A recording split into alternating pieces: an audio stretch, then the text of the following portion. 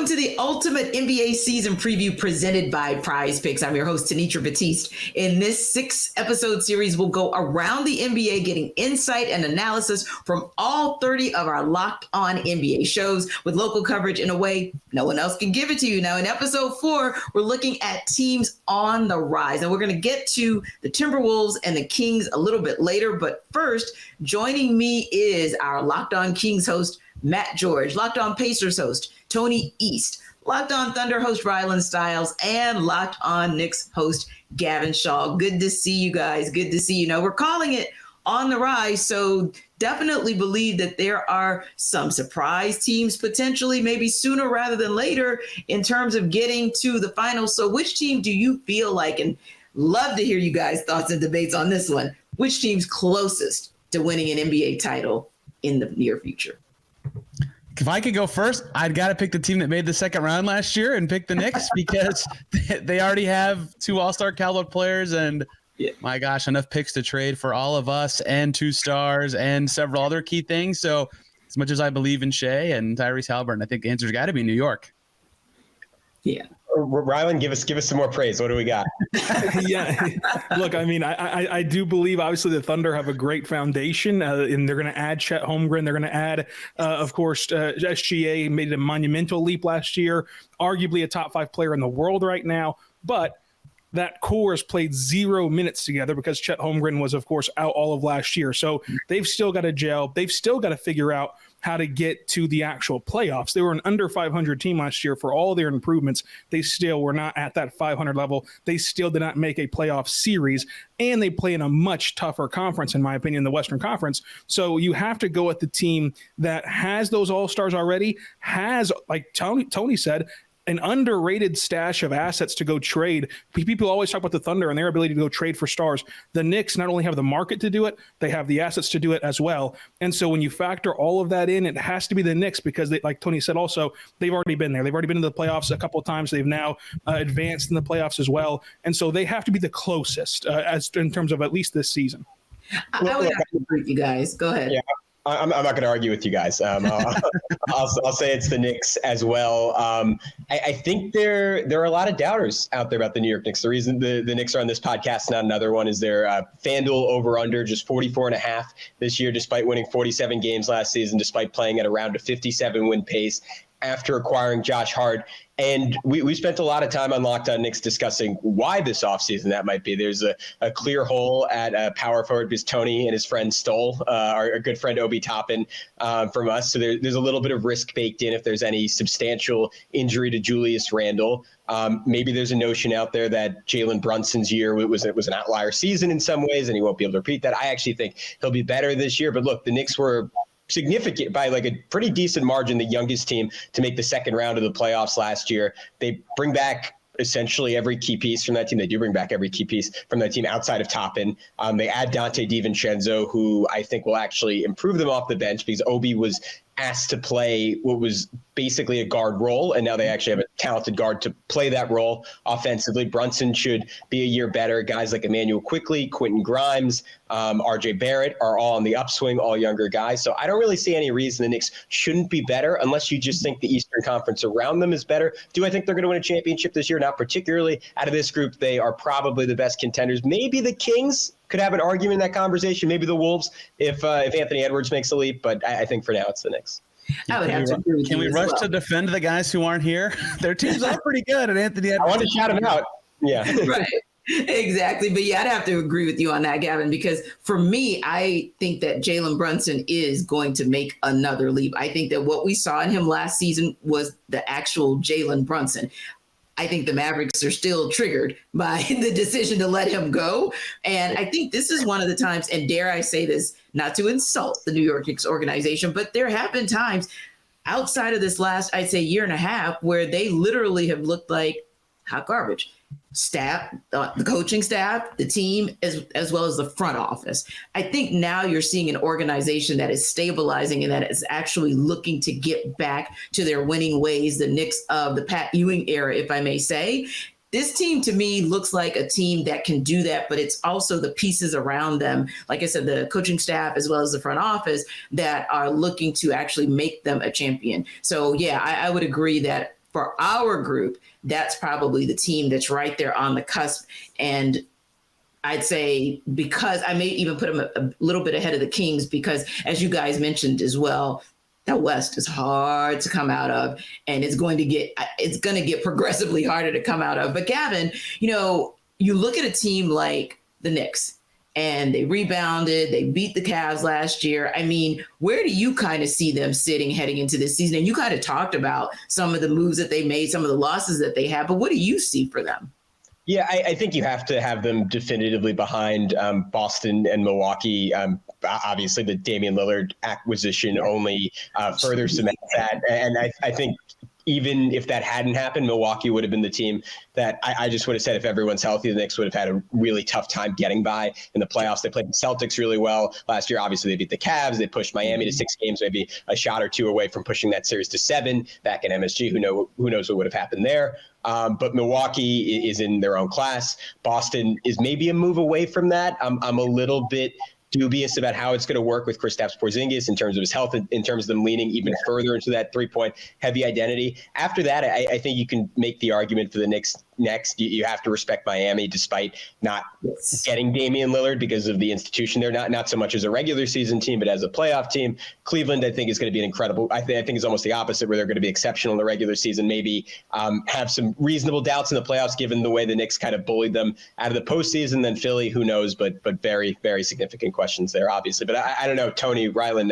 where are you guys at? Like, am I being objective here in thinking the Knicks could be as high as 3 in the East? Yeah, I think that you are. I think that with the East, there are so many question marks. I think it's obviously great to acknowledge Milwaukee, Boston, going to be better. But Philadelphia, we don't really know what's going to happen with the James Harden situation as of right now. That's going to throw a wrench into things. And Miami, of course, you respect their organization and their history, and you know that they have a great coach, they have a great front office. But last year, it was a historic shooting run that got them through that playoff run, which you cannot always bank on, of course, having a historic shooting run. It's very much a variable for them. If they didn't get that shooting outburst, they probably wouldn't have made that run, obviously, to the finals. So that limits them in the postseason if they cannot kind of recapture that.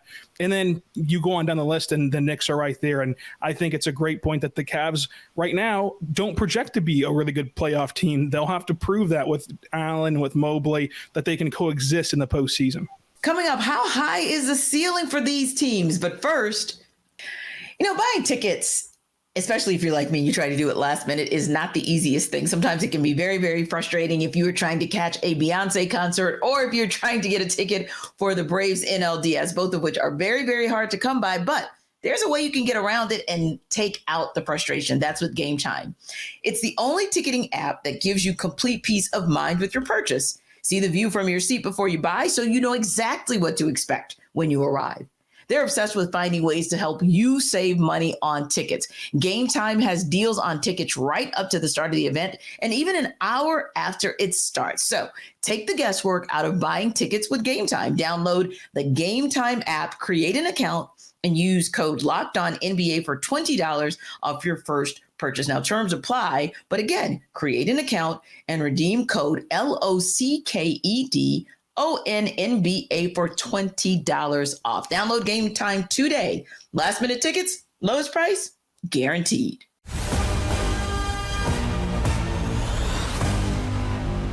And Tony, I would agree with Gavin, with Rylan. What do you think? Yeah, I think that I'd have the Knicks a little lower than top 3, but definitely firmly in the top 5 or 6. It's just the thing is, I agree with everything you've said about the Knicks. I'm just a big believer in the top end talent, and Embiid's still around and Tatum's still around. Yeah. And now the Bucks look amazing. But I think they can catch Cleveland in the regular season. Even like you said, they played at, what was it, 53 win pace with Hart after getting Josh Hart. So fueled by Hart shooting 55% from three. Question the sustainability of, but they were that good when they got. But like DiVincenzo is there now too, and Toppin's a loss, but he only played 15 minutes a game. Like in theory, they should even be a regular season team too. So I think they can climb up. Certainly, maybe catching Cleveland, but I think those top teams with the star talent will still be difficult to leapfrog over. I mean, Harden's just such a variable, right? That's the thing we don't know. And we've seen his ability to epically torpedo and eat his way through an early portion of a regular season. That's right. And I get the feeling that, like, if Philly turns him into Drew Holiday tomorrow, yeah, they're clearly better than the Knicks. And Embiid is in a different, at least as a regular season guy, a different universe of a player than anything the Knicks have. I'm just betting on continuity here. I mean, the Knicks bring back more of that, I think, essentially than any other team in the NBA. So I think if you're looking for just regular season standings, there's a chance the Knicks get off to a really great start. Yeah, and I think when you say continuity, continuity is a good way to say what they need. I also think there's some consistency, because there are times when, if we're honest about it, Julius Randle just disappears, or RJ Barrett has a sub game after game after game, and you wonder, like, know what RJ Barrett can do, but for like a stretch of games, you won't see it. Or in the case of, the Hawks and Knicks, that whole battle back and forth, that cover the Hawks in Atlanta. And there are just times where it's like, Julius Randle, you can take over this entire game if you want to. And he would just kind of disappear. So I think, like you said, the continuity of the roster, coupled with, if those guys can just be more consistent, I'd say I'd put them in the 4 as well, because it always feels like for the East, probably for the better part of 4 or 5 years, it's the Bucks, it's the Celtics, and then you just play around with it. Because think about it, guys, there have been times where the Bulls have moved in and out of that top 3 or top 4. So yeah, the East is always a very intriguing animal. And then when you've got guys like James Harden, we don't know where he's going to land, it makes it intriguing as well. Like Tony, the Pacers finished just outside the playoffs last season. So what do you kind of think might be that one thing or two things that'll help them get over the hump and get back in contention, whether that's play-in or an actual playoff spot? I think there's 3 things they would hope would be the answer to that question. One would be health. Last year, if Haliburton and Turner played, regardless of the health of any other player on the roster, they went 26-22. It's not a good record, but that would have been 7th, tied for 7th and 8th in the East. Like, that's already that level of team. So more health from those guys and availability from their best players would help. The second thing they'll hope is defensive improvement. That's why they got Bruce Brown this summer. He was magical for the Nuggets on defense in much of their playoff run, including in the finals, shutting down whoever his matchup was on numerous occasions. The Heat were a great matchup for him specifically, but the Pacers' point of attack defense was terrible last year. His growth, or an addition, plus other guys' growth, would be the hope to improve their defense. And the third one would be what I just said, growth from some of the younger guys, a step forward from Ben Mathurin, a step forward from Andrew Nembhard. Tyrese Haliburton's, of course, only 23, right? They have a lot of youth who can take a step forward. So the combination of those 3 things could be the answer, but any one of those things clicking better than last year, whether that's added talent, better defense, youth growing, would be their hope to jump from where they were to where they want to be, which is in that play-in playoff hunt this year. Yeah. And Rylan, what about the Thunder? They're a team that, like you said, they're not there yet, but they certainly have the core to be there. How do you feel that they can make that leap, whether the leap is in the play-in, the leap is in the playoff? What's the leap for you, and how do they get there? Yeah, the Thunder are no doubt going to be a better team this year than they were last year. But the thing is, last year, they made a 16-win improvement. And those kind of improvements are just such an anomaly in the NBA. You're not going to continue to see these massive win jumps unless they break the norm of what we're used to seeing in the NBA. And so they're at 40-42 last year. They made the play-in. They won a road play-in game as being the second youngest team in NBA history.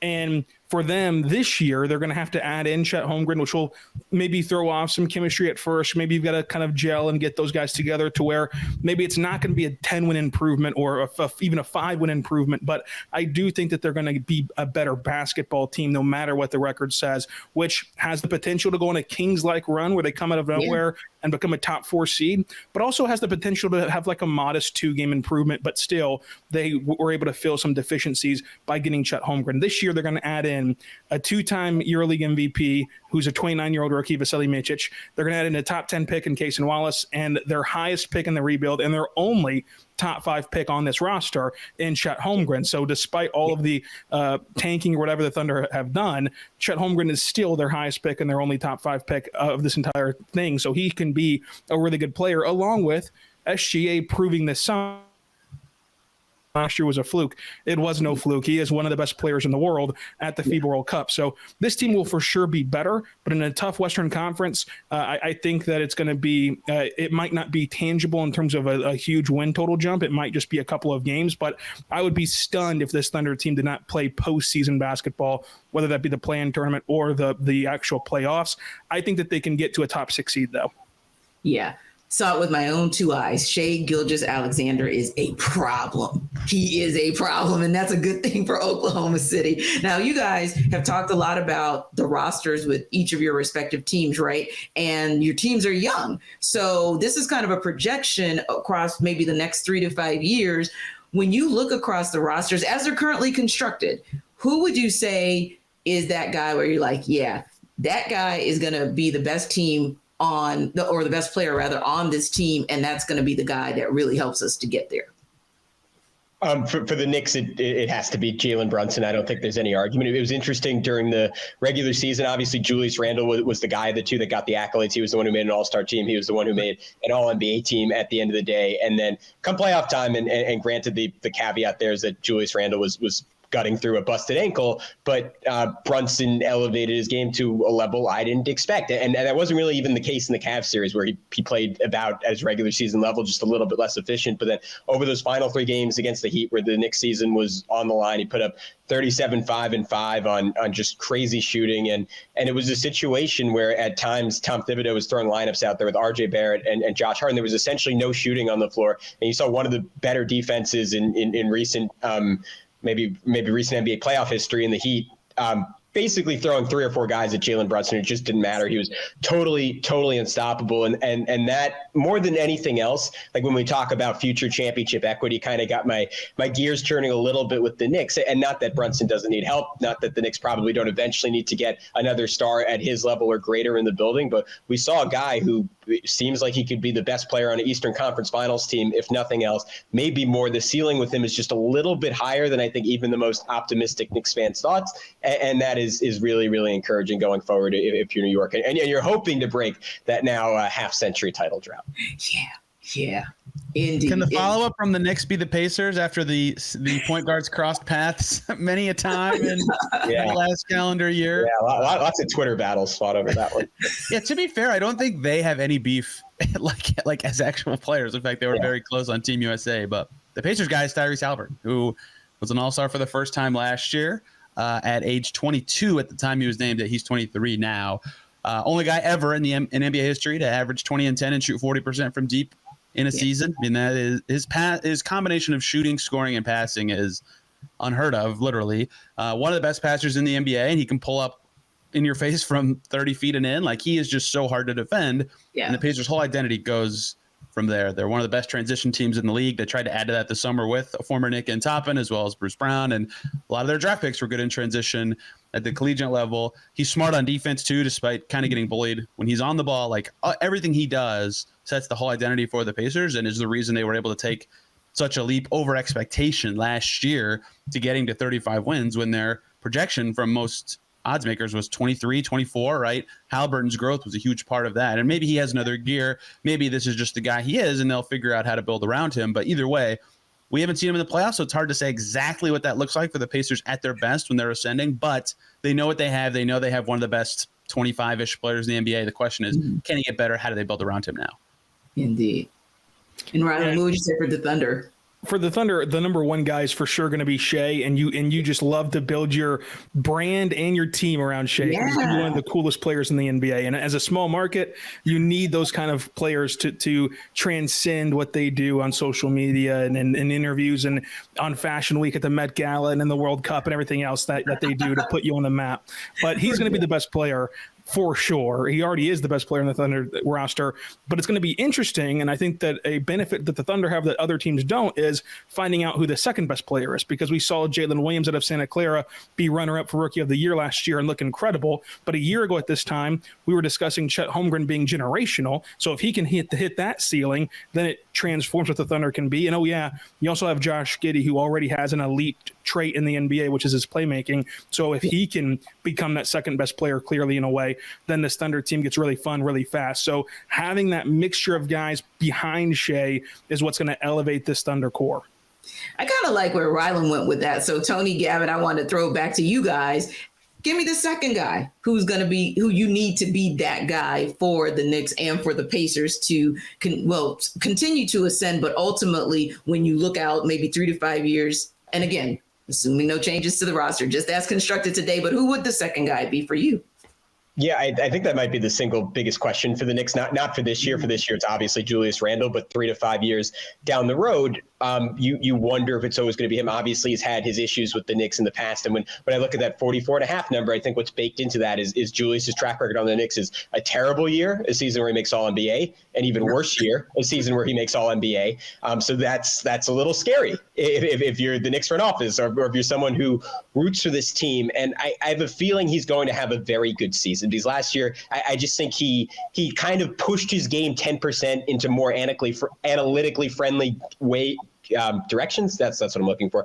There was a point, I think 30 games into the season where he was leading the NBA in 3-point attempts, which blew my mind. He went from taking a lot of long mid-ranges to a lot of short mid-ranges, was getting to the basket and dunking the basketball better than he has at pretty much any point in his career. So there was a lot to look forward to as he kind of heads into his 30s. But also there are points where he's been a little bit erratic. Like obviously his playoffs didn't really calm anyone's heart down. And then you say, all right, if not Julius Randle, then who? That's where things get really iffy because Emmanuel Quickley is probably the next guy with the most star power on this team. Unfortunately, he plays the same position as Jalen Brunson, despite the fact that the lineups with Brunson and Quickley on the floor together were some of the best in the NBA last year. I think 98th percentile offense, 88th percentile defense. Those numbers flipped in the playoffs, but were equally high. There's not really an appetite in New York, and particularly from Tom Thibodeau, to play those two together because of the lack of size from the two of them. I would encourage the Knicks to try it and see what they have in Quickley, but he hasn't been extended yet, so you have no idea if he can be part of that group.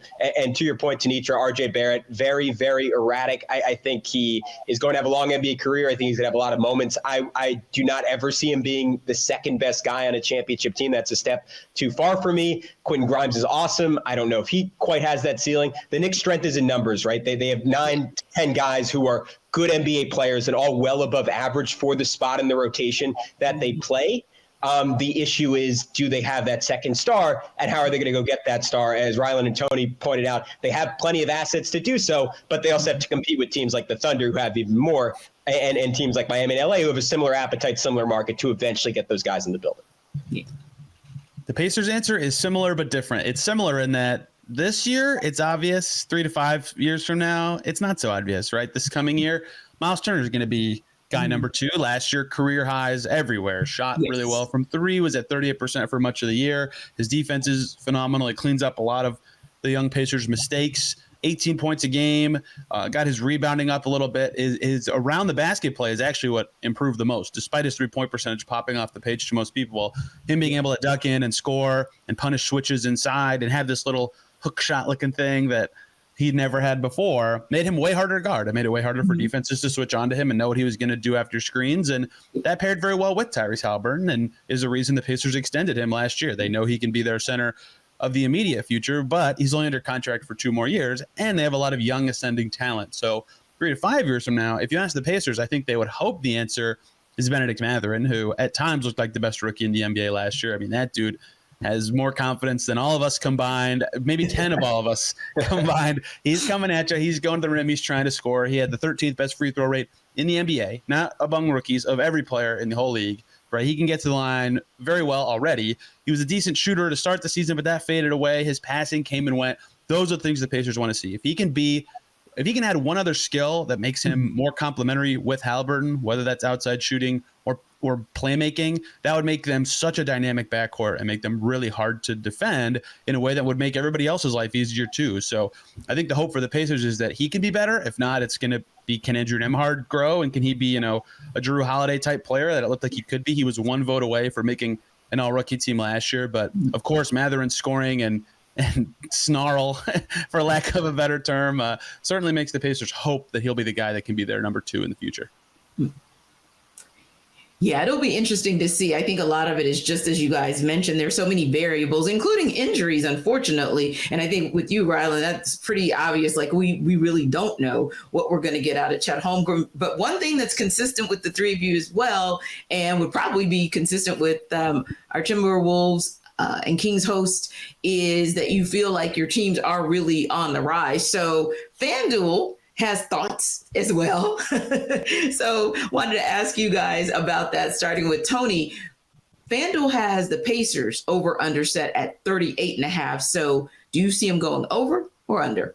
It's a good line. I think 35 last year, but some questions about their team, new lineups, the future of Buddy Hield all may get cloudy. How much better they'll be running through the schedule game by game. I got 39 wins, which is above 38.5, right. But it's also barely above 38.5. And like the problem with going through the schedule is there's that play-in or the in-season tournament now, so you don't know two of the games or where they're going to be or anything. So perhaps a little higher than 39. I would take the over. I think because I think there's more ways they overshoot their projections than undershoot it. Like if everything goes wrong for them, they're still probably about the same level of team as last year, just given the injuries they've dealt with and the age of a lot of their team. Whereas there's a lot more ways things could go right, whether that's one young player taking off or one signing being the perfect fit, or just in general, mostly continuity helping them this season. So I think there's more ways that they would go over than under on that number, but I think it's really solid given what I said, that when I do the schedule, I got basically the same thing. And Rylan, FanDuel also gives the Thunder an over-under win total of 44.5. What do you make of that? Wow. Yeah, this is a fantastic. Yeah, that's why I said also. Yeah. Toasty. This is a fantastic line, because if you pick over, then you are locking the Thunder in to win your bet that they'll have at least a 5-win improvement after a 16-win improvement last year, which is just unbelievable. But if you go under, then this is a Thunder team that is young and that will compete every single night to win basketball games. And you can't say the same, even for as tough as the West is, you cannot say that every single team will care about winning every single night at the same level that the Thunder will. And so when we're talking strictly regular season, that's where the Thunder can make some noise, because this is a team that has not played a ton in prime time and in national television games. They now get 8 such games this year that they're going to get up for. You mentioned the in-season tournament. This is a team that relishes any opportunity to get promoted on social media, make some jokes on social media. They would love nothing more than to win the first ever in-season tournament. They would treat it like a big deal. And you can't say the same for the majority of the people in their pod and in their grouping in that tournament. So that can get them some more wins as well. And so when you factor in regular season, I will take the over, but I think it'll be similar to what Tony said, where it's like, 45 wins, 46 wins, something like that. But it's just that when you factor in how young they are and how they're going to care versus the level of care other teams will have, I think that they can hit the over. Now, Gavin, FanDuel is giving a whole lot of love to the Knicks because their over-under is 45.5. Oh, what's for you? It was 44.5 at one point, and I looked at that and I couldn't believe it. And 45.5 still feels, again, very low to me. Like on paper, I don't see where this team is worse, except for, again, baking in the potential disaster of a Randle injury, baking in the East being stronger, and a scenario where not only Damian Lillard's coming East, but Jrue Holiday is coming back East very quickly, and he ends up on one of the Sixers, Celtics, or the Heat. But I just don't see how the Knicks are not better than they were last year.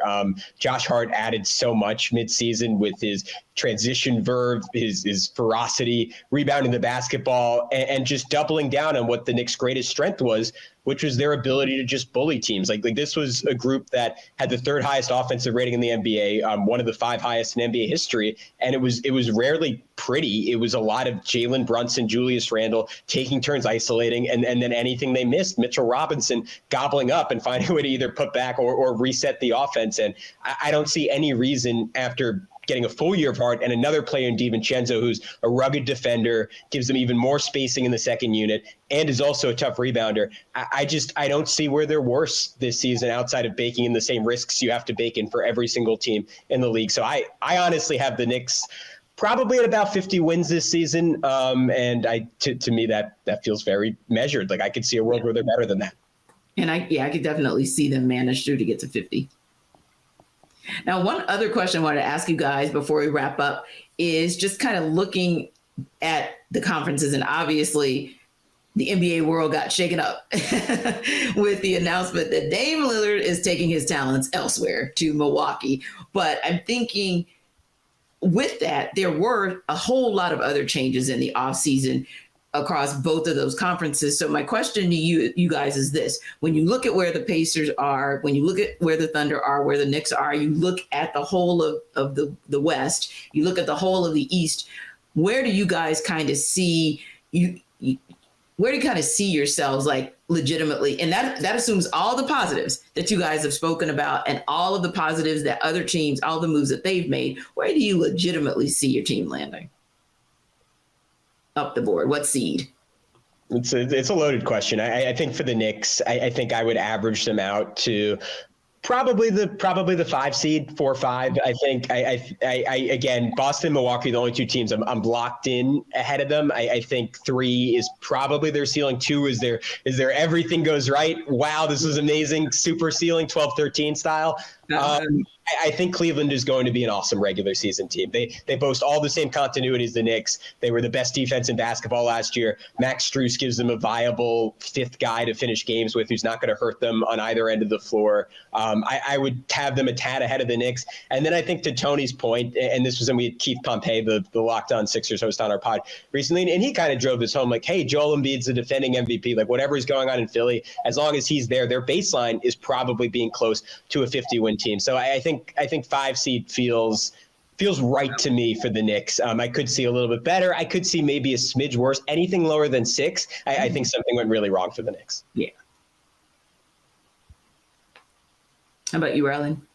Yeah, in the Western Conference, it's going to be interesting to see where the Thunder finish, because we mentioned previously with the win total that the Thunder are going to care about the regular season, which along with their talent is a huge feather in their cap. Then you have Memphis. How do they handle Ja Morant's suspension for about a quarter of the season? What are they going to do without him there? Can Dallas rebound from their scuttle last year after trading for Kyrie?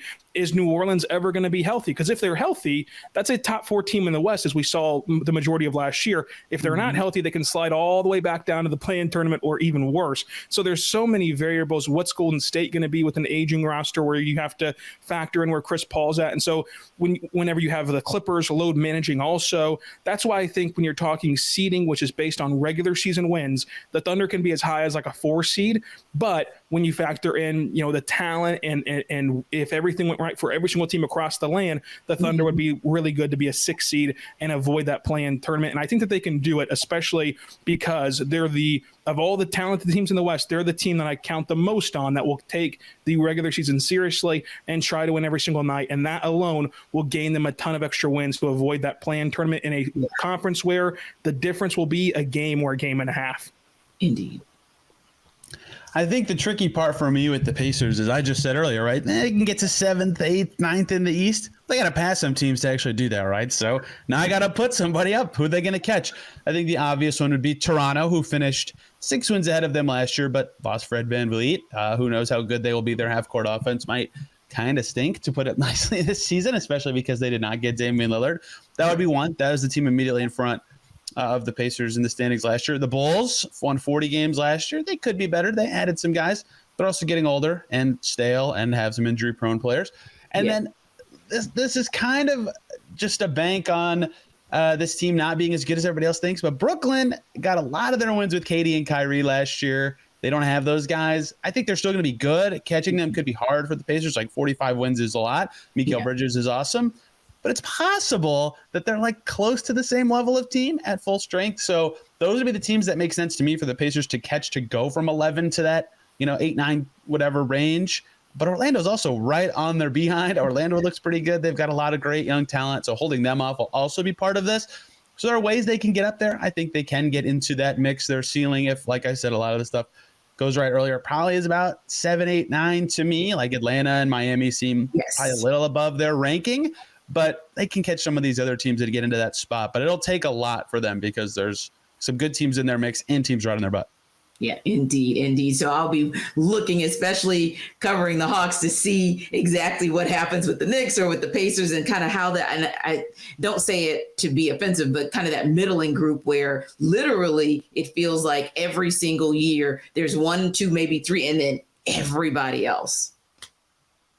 So yeah. Oh, go ahead, Gavin. Oh no, I was just going to agree with you. I think there's a clear-cut top two, and then almost everything else, like 3 through 6, is up for grabs. And then to Tony's point, that whole next tier in the East is very much up for grabs. And the West, to Rylan's, is maybe even crazier. Coming up, which team can be the biggest surprise of this season? But first, snap into action this NFL season with FanDuel, America's #1 sportsbook. Right now, new customers get $200 in bonus bets guaranteed when you place a $5 bet. That's $200 in bonus bets, win or lose. If you've been thinking about joining FanDuel, there's no better time to get in on the action. The app is so easy to use. There's a wide range of betting options, including spreads, player props, over-unders, and more. So visit FanDuel.com/lockedon and kick off the NFL season. FanDuel is the official partner of the NFL. And listen, you can visit FanDuel.com and include their money lines, their props, so many opportunities there. And look, the NFL season is a great example of a topsy-turvy season where you probably need some good insight to help you to make the right bet. So again, visit FanDuel.com/lockedon and kick off the NFL season with the official partner of the NFL.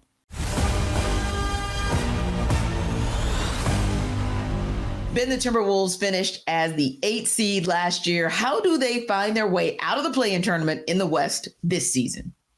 Yeah, I mean, I think first and foremost, it's beyond staying healthy, of course, setting that aside, because that was a huge issue last year with the injuries to Karl Anthony Towns especially. But Anthony Edwards' progression, I think, becoming, going from last year, he made the leap to be an all-star. I think going from star to superstar is the quickest way to kind of shorten that gap and become a top 4 or 5 seed in the West instead of finding themselves in the play. And I think a combination of Karl Anthony Towns playing more than 29 games and then also having Anthony Edwards make that next step forwards, again, from star to superstar, I think is the best way to say it. That's going to be the key to this season for the Wolves.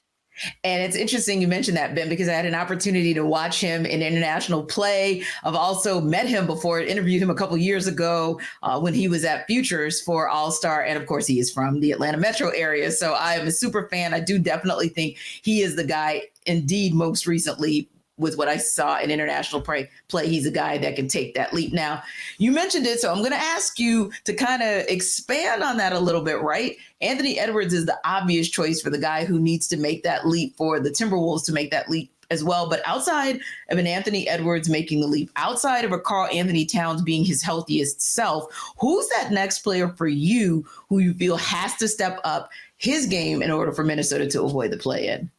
Yeah, I think, the rest of the starting lineup is Mike Conley, Jaden McDaniels, and Rudy Gobert. This will be the first full season with Mike Conley in a Timberwolves uniform. Yes. He's pretty much a known quantity. Like, we know what he's going to provide. I'd say basically the same about Rudy Gobert, although last year he took a clear step backwards in his first year in Minnesota. How much of that is, hey, it was his first year in Minnesota. He was geared up to play with Karl Anthony Towns, then ended up only playing 29 games next to him in the regular season. And how much of that was, hey, he's on the wrong side of 30 now, and perhaps he is starting to decline. I think it's probably somewhere in the middle. We may be starting to see a gradual decline. He's got to be closer to the Rudy that played in Utah for so long than the first year version of Rudy in Minnesota last year. But I think the biggest X factor, if you will, for the Wolves would be Jaden McDaniels. He was, by almost any measure, one of the top 2 or 3, maybe 4 perimeter defenders in the entire NBA last year, maybe even overall defenders. If he can continue to progress on that end of the floor and continue to be a good shooter, he was nearly 40% from 3 last year. And if he can add just a little bit to his offensive game, I mean, we're talking about another guy who could take that step into stardom. And then you're talking multiple All-NBA bigs in Karl Anthony Towns and Rudy Gobert, a budding superstar in Anthony Edwards, and a budding star in Jaden McDaniels. This could be a really, really good defensive team, and anything Jaden McDaniels gives you offensively is going to be gravy. And I think that's a great point that you make as well, because, as you start to get deeper into the postseason, that's when that defense really, really counts more than anything. But as your numbers increase and the ability to be efficient and effective on the perimeter, we also know is definitely key. Now, interestingly enough, FanDuel has the over-under for the Timberwolves set at about 44.5. What do you kind of make of that line going into the season?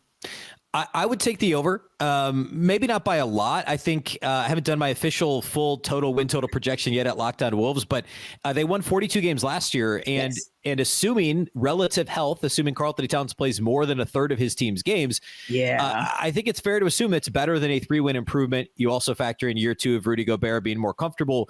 Ant is going to be better. Mike Conley's a better fit for this team than D'Angelo Russell was, and he played the first 2/3 of the season with the Wolves last year at the point guard spot. So I think taking the over, obviously the West is brutal, and it's going to be brutal again this year, but I think taking the over on 44.5 feels right. I think that given that natural progression and slightly better health luck than last year, this should be a 46, 47 plus win team in my mind. Yeah, and I think you make an interesting point, because when you kind of look at that group in the Western Conference, I think that when I compare it, or at least in my mind, Ben, but when I compare it and I look at the Eastern Conference, I always feel like it's a 1-2 punch, kind of like Bucks, Celtics. They kind of give or take whoever's at the 1 and the 2. Every now and again, like last year, the Heat will creep in to the 2 spot, or even the Bulls will kind of threaten to be in the 3 spot. And then after that, it's kind of like a deep fall off. I don't really feel like that in the Western Conference, right? Yeah, you can definitely say the Nuggets obviously is the NBA champions. You can say that about the Lakers. Everybody's kind of looking at them like, yeah, they're that next team. But I don't know, Ben, I feel like with the Timberwolves and arguably just about any other team in that conference, everything is kind of yours for the taking. And I feel like this team could also be one we're having a conversation about that's like, hey, they could sneak in and actually host an opening round series. Thoughts? Yeah, I mean, the 4th seed last year was the Suns, and they only won 45 games. I mean, You're talking, there were, 5 teams that finished between 42 and 45 wins last season? And I think that's entirely on the table. Now, you assume maybe Golden State, bounces back a little bit. If the Clippers ever on some level are healthy, the Lakers should be better. So there's several teams in front of the Wolves that you could assume will also be better. But basically everyone's going for it, right? There aren't very many teams that are expected to be bad beyond Houston and San Antonio. Even Portland ended up with not a bad, haul in the various trades that they made at the end of the offseason, surrounding Dame Lillard. So, I mean, you're talking about a conference, you're right. It's less top heavy, and obviously the defending champs are coming out of the West, but this is a conference that 1 through 11 or 12 even, you can make an argument for all of those teams in the playoffs. And the Wolves will absolutely, have a shot, I think, at still being in that top 4 or 5 teams. I think it's completely doable, just given the high level talent and also the overall depth that this team has. Yeah. And when you look at this team, and I agree, in looking at the Warriors, I chuckle because it's like, well, it depends, because they're so, okay, I hate to say old, but how do we say, Ben? Grown. Okay, they're real grown, right? But that's kind of what I like about the Timberwolves. I feel like they're young, they're spunky, but they have just enough pieces, like a Rudy Gobert. If he has that kind of bounce back season, they need him to have a veteran presence like a Mike Conley. I like the mix of this team as well, because I think the kind of mix that you have is also how you're able to take that next step, and then you can sneak right in. And to me, nobody would be surprised if we're having a conversation about them being top 4. Yeah, agreed. It's a great mix. Mike Conley, Kyle Anderson's another one, Rudy Gobert, all guys that have been there, done that in terms of playoff experience. And in the case of Conley, made an all-star team. Obviously, Gobert's made multiple all-star teams, all NBA selections, defensive player of the year. So you've got some of those guys that have that track record. You've got guys that are somewhere in the middle, like Karl-Anthony Towns, who's in some ways a swing player because he can obviously get it done in the regular season. How does what he brings to the table compute to winning? What's that correlation look like? And then the sky really is the limit for Anthony Edwards and also Jaden McDaniels, maybe to a little bit of a lesser extent than Ant. But both of those guys, if they continue to grow, this feels like the right mix of veterans that have been there, young guys who are trying to prove something, and guys in the middle that also are trying to prove something. Cat wants to prove he could be part of a winner. There's also guys, in terms of bench depth, they've added Shake Milton, has playoff experience with the Sixers. The last 5 seasons with Philadelphia, he's a big part of the bench now. They've just kind of added in the right the right mixture of the veteran presence, the playoff experience to kind of augment the superstar, capabilities of Ant and Cat and Rudy Gobert. Yeah, love indeed what we're seeing up in Minnesota. So, Matt, let's start with one of the more surprising runs from last season with the Sacramento Kings in what was just a fun season to watch. I admit I got to see them personally when they came to play the Hawks. So, yeah, very fun team to watch. But what are your expectations around the Kings heading into this season? Well, what's funny is my expectations are actually significantly lower than the expectations of the team itself. And I realized that on media day, but my expectations were just, hey, reaffirm or reestablish yourself as the team the standard that you set last year, which is a perennial playoff team. Get back to the playoffs, give or take the circumstances. Would love to see the Kings actually get out of the first round and show that kind of improvement, but technically they could be the same seed by winning more games. They could be a worse seed by winning more games. It just depends on how the Western Conference shakes out. So that was the most feasible or tangible way that I was going to measure success, was them getting back to the playoffs and then advancing through the playoffs. But then we came to media day, and Mike Brown and De'Aaron Fox, first thing out of their mouths is, we're playing for a championship. We're trying to win a championship. And every single team, I feel like, says that during media day, but know there's only a handful of teams that either actually mean it or actually have a chance. I don't know how good the Sacramento Kings chance is, but I believe that they do mean it. Yeah, and I would agree. It's so difficult to tell in the West because honestly, it's always a clusterfuffle. Like, I feel like with the East, for sure it's the Bucks, for sure it's the Celtics, and then that third slot is where there's kind of in and out. Bulls, Heat, just depending on, what day of the year or what year they're playing. But when you start going down the list of, the current champions, the Nuggets, the Suns, Grizzlies, Warriors, I mean, there's just so much at the top. But I also think, Matt, to your point, a record could go anyway. It could go in your favor as well. So yeah, there's a lot of competition out there, but I do think that when we say that the Kings are a team on the rise, they truly are. So one of the things that I think is a good mix as well is the combination of, I'll call him a veteran, like a Kevin Huerter, who, he found his groove for real in Sacramento. But also, like you said, those younger pieces that you're able to work with, De'Aaron Fox, and even a Harrison Barnes, as far as like the OG, if you will. Yeah. But you've got some pieces, you've got some parts there as far as that potential starting lineup. Let me ask you this. Who out of maybe that second unit do you see really being a true factor, a contributor to also kind of round this team out, kind of like your sixth man? Well, Malik Monk is definitely the sixth man of this team, and he established himself as that last season and really established himself less as like the six-man scorer that we expected him to be, and that Charlotte tried to make him throughout his career there, and then he showed little flashes of it with Los Angeles. Here in Sacramento, he became a playmaker. He even said himself that Mike allowed him to kind of play his style of basketball, put his personality in the way that he played, and showed off this flash and flare to his passing game. I mean, if there was someone throwing a lob, typically it was Malik Monk before it was Fox or Davion Mitchell or anything like that. But I mean, I think last season, like, Malik kind of had to step into that role because Davion was still trying to figure out what his role really was, especially on the offensive end coming off the bench. This year, I think Davion has put in a lot of work to understand and kind of take control as a captain and leader of that second unit. So I still think it's Malik, but there are other guys. There's just so much depth theoretically on this team, from Davion to the addition of EuroLeague MVP Sasha Vezenkov to the addition of JaVale McGee, who's I thought was just going to be a kind of a reinforcement center, but he actually might have a bigger role than I expect. Like, the Kings are loaded with talent. It's about finding the right combinations. Yeah, I was thinking the same thing. Like, and that's kind of that dilemma that you have. It's the good dilemma to have, right? But on the same token, the embarrassment of riches sometimes will make Mike Brown's job challenging, right? But the good thing is, being with the Warriors for years, he had the opportunity to kind of see how to move those pieces around, and even subbing in, as an interim coach, had the opportunity to see like so many powerful pieces. How am I going to be able to mix those and make sure that we're still winning and everybody's happy? So, yeah. Now, the other thing I wanted to know is this.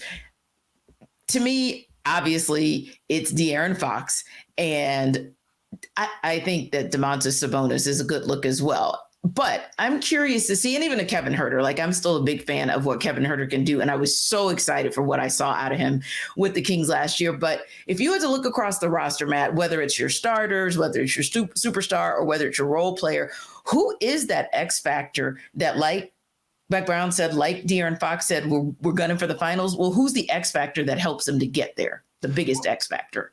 Before I give that specific answer, I'll say that what's exciting about this team is, in theory, everybody can make a jump, including De'Aaron Fox, including Domantas Sabonis. Like, there's room for everybody to improve, which is exciting, and that's what the Kings are essentially betting on, is more internal improvement. That's why they didn't go out and make some big free agency or trades or anything swings this offseason. But the answer is Keegan Murray. Like, they're putting a lot on the shoulders of Keegan Murray, and it might be too much for right now, so they might still be a year away. But Keegan is being charged with becoming kind of that third go-to scorer, or at times a shot creator and a shot maker when because the reality is, like, De'Aaron has so much attention on him. Now, De'Aaron, regardless of who's guarding him, can get to anywhere he wants on the floor. But if you can have De'Aaron on the other side of the floor as a constant threat to where defenses have to keep an eye on him, and Keegan Murray is given the space to operate, and he can attack the basket or hit a step back three or shoot a little more off the dribble than he did. He was like a catch and shoot maniac last season. I think his, like, if Keegan Murray can get to the point that the Sacramento Kings want him to get to, which they believe he can be an all-star. Again, I don't know if that's happening this season, but if he got to that point, the Kings we're talking NBA Finals for the Kings, in my opinion. I mean, that is huge. That's absolutely huge. So let's go back to, and you actually answered another one of my questions, which was who do you think was going to make that jump? So I love that. One other question, and I'm going to put you on the spot a little bit here, Matt, but where do you see this team kind of landing in terms of wins this year? Where do you think they can go? Because I think it was, let me see. I think we're talking about a spread of somewhere around like 42, 44. But where do you think they land? Yeah, I've seen the majority of people seem to think the Sacramento Kings are going to drop off. And I think it's foolish because it's more based off of what other teams have done, or this unbelievable, or I should say, like, very short-sighted take or belief that the Sacramento Kings were just injury healthy last season and super lucky with injuries, which was absurd, seeing as Domantas Sabonis played through an injury since December. Right. De'Aaron Fox was injured in the playoffs, as well as during the regular season. Keegan Murray was injured. Like, the Kings were hurt last year. They just played through it, and they didn't need to sit out like most of the other stars in the league.